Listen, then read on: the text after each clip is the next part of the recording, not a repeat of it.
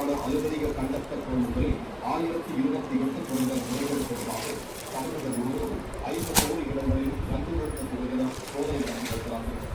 9 சென்டர்களில் இடைத்தேர்தல் குறித்து விசாரணைக்கு உத்தரவிடப்பட்ட நிலையில் அதில் தொடர்புடையதாக கூறப்படும் மின்வாரிய அதிகாரிகள் மற்றும் தனிநபர்கள் வீடுகள் அலுவலகங்கள் உள்ளிட்ட இடங்களில் கண்டுபிடிக்கக்கூடிய அதிகாரிகள் சோதனை மேற்கொண்டு வருகிறார்கள்.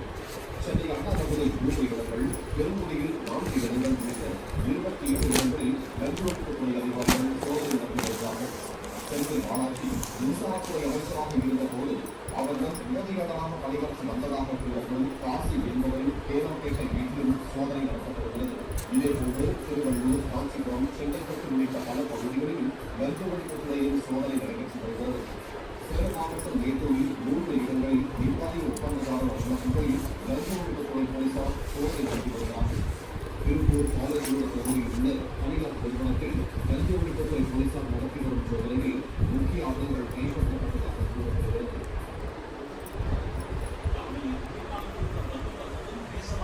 சவாலை